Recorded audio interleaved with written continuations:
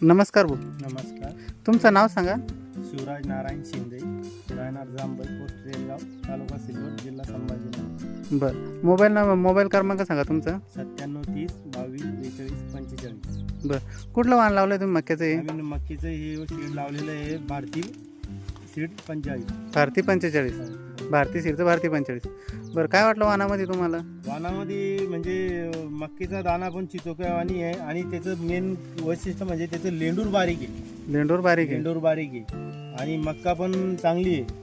अच्छा, बुडापासून तर बुडापासून तर शेंडापर्यंत दाणे भरलेले आहे हे बघा. बरं, आणि उगवण क्षमता कशी काय होती उगवण मक्याची? क्षमता बी पण छान आहे तिची. छान आहे. बरं, असे कंस आता बाहेर दिसत आपल्याला इथे दिसत आहे, तर सरसकट असे कंस आतमध्ये? असे जोपर्यंत समजून घ्या शेवटपर्यंत आहे, तोंडापासून तर शेवटपर्यंत आहे. अच्छा, सर्व समान कंस सारखे आहेत. बरं, तर काय वाटलं तुम्हाला इतर वाणापेक्षा मक्काचं वैशिष्ट्य काय सांगा? इतर वाहनापेक्षा म्हणजे हिचं जे आहे हा. हे जे भरलेलं आहे हा, हे इथपर्यंत म्हणजे इतकं असं एक पॅक केलेलं आहे. एक अच्छा, पाचट म्हणजे कणूस pack इथपर्यंत केलेलं आहे. कणूस. आणि आळायला जायला असं चान्स नाही आतमध्ये अच्छा, आळायला आतमध्ये जायला चान्स नाही आणि पाणी पण लागत नाही, कारण की मक्का आपण बोंजावर बी टाकली हा. डागी लागायचं काम नाही. डागे लागाच काम नाही. हो, बरोबर. समजा हे इथपर्यंत समजा बिलकुल असं खाली हा, हे असं भरलेलं आहे.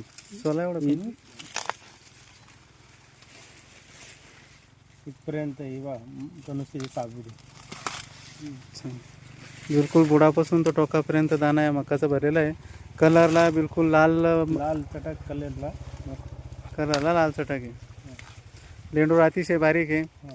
तर तुम्ही शेतकऱ्यांसाठी काय सांगाल मक्का लागवडीसाठी कसं काय योग्य आहे? शेतकऱ्यांसाठी म्हणजे मक्का बियाणे चांगले आहे. भक्ती भारती 45चं हे सीड चांगलं आहे. अच्छा, चांगलं आहे. बरं, तुम्ही समाधानी आहात भारती 45 हो. मक्का लावून? चालेल, धन्यवाद दादा.